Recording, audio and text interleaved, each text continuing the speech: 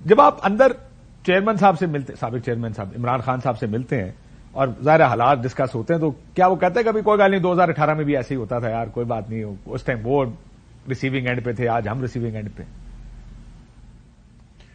نہیں، I think in کا جو موقف ہے وہ بڑا کلیئر ہے. وہ کہتے ہیں کہ آپ جو عوام کی آواز ہے اس کو آپ دبا نہیں سکتے. الیکشنز ہی ایک ایسا حل ہے اس سارے مرحلے کا، اور ان کا پوائنٹ آف ویو یہ ہے کہ الیکشنز جب ہو جائیں تب بھی یہ جو کرائسس ہے ختم نہیں ہوگا. اس کے لیے بھی ضروری ہے کہ ایک بڑا ایک جو پبلک فگر جو آئے، ایک ہی میجورٹی سے آئے، اور پھر اس کے پیچھے ساری انسٹیٹیوشنز کھڑی ہوں تاکہ ہم آگے لے کے چلیں یہ جو اکنامک کرائسس ہے اور اس ملک کو ترقی کی طرف لے کے جائیں.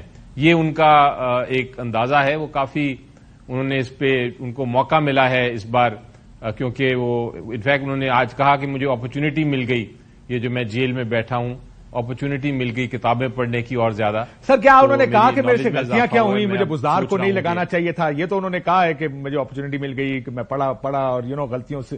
وہ پہلے بھی کہتے رہے کہ جو اس طرح کے حالات ہوتے ہیں وہ سیکھنے کی بات ہوتی ہے. کیا ان کو احساس ہوا کہ میں نے غلطیاں کیا کی ہیں؟ میں نے عثمان بزدار کو وزیر اعلیٰ لگا دیا، محمود خان کو وزیر اعلیٰ لگا دیا. جی ہو سکتا ہے ان کو ہو، اس پہ بات میری نہیں ہوئی. آج بھی جو بات ہوئی تھی بڑی فوکسڈ تھی. وہ جو کل کیس فائل کیا ہے ہم نے ڈسکوالیفیکیشن ہٹانے کا، جو لاہور ہائی کورٹ میں لگا ہوا ہے، جس میں بڑی سیریس ہم نے ایلیگیشنز اور وہ لگائی ہیں اور بڑے سالڈ قسم کے قانونی نقطے اٹھائے ہیں. چلے سر، وہ تو عدالت فیصلہ کرے گی سالڈ والے. مجھے یہ بتائیں آپ کی الیکشن کیمپین کون لیڈ کر رہا ہے؟ کیس میں سسپینڈ ہو جاتا ہے تو پھر مے بی ہماری اسٹریٹجی سامنے آ جائے گی آپ کے. ٹھیک، اگر عمران خان صاحب نہ باہر آئے، ظاہر ہے barrister Gohar is a good guy but he is a soft spoken guy, کہ آپ کی الیکشن کیمپین کون لیڈ کرے گا؟ جی دیکھیں، الیکشن کیمپین جیل سے بھی لیڈ تو خان صاحب ہی کریں گے، لیکن اگر کوئی ایسی ضرورت پڑی کسی سٹیج پہ تو ہم پھر اسٹریٹجیز دیکھیں گے، اس کو چینج. ہمارے پاس plan A B C D سب موجود ہے ڈفرینٹ سینیریوز کے لیے. اور انشاءاللہ جس طرح آپ نے دیکھا کہ جب یہ خطرہ آیا تو ہم نے امیڈیٹلی یہ پلان B اپنا ایکسیکیوٹ کر دیا. اسی طرح ہمارے پاس اور بھی آپشنز اویلیبل ہیں، اور اگر ضرورت پڑی تو ہم ان کو سامنے لے آئیں گے. سو آپ کو ابھی یہ نہیں پتا کہ لیڈر کون ہے ایٹ لیسٹ کیمپین کا؟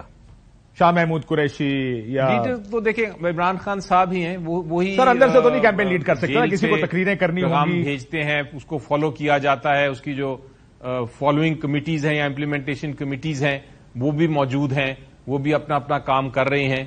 تو یعنی اس میں کوئی ایسی مشکلات نہیں ہیں آرگنائزیشن وائز.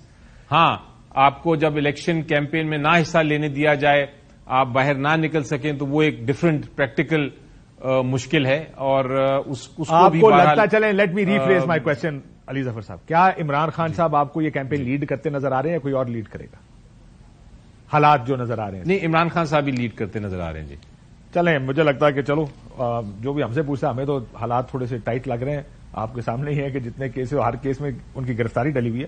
وزیر اعظم کی بات ہوئی ہے کہ اگر، کیونکہ عمران خان صاحب سب کو کہتے ہیں 2 اکثریت ہم لیں گے جو بھی ملنے جاتے ہیں ان سے، آپ شور آپ کو بھی کہا ہوگا انہوں نے.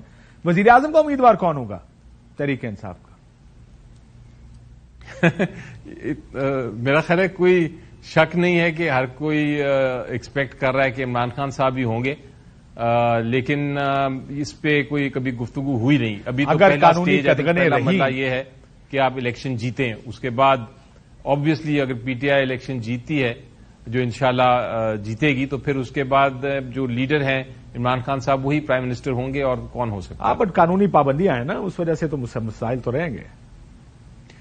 قانونی پابندی بھی صرف ایک ہی ہے، اور وہ بھی آپ کو پتا ہے کل اس کے اوپر بحث ہے، اسی کیس پہ بحث ہے. اگر یہ آرڈر سسپینڈ ہو جاتا ہے تو اس کے بعد کوئی قانونی مرحلہ نہیں رہ جاتا. ہاں کیسز ہیں، لیکن کیسز تو الزامات ہیں نا، وہ بھی کیسز کنوکشن میں تو نہیں کنورٹ ہوئے.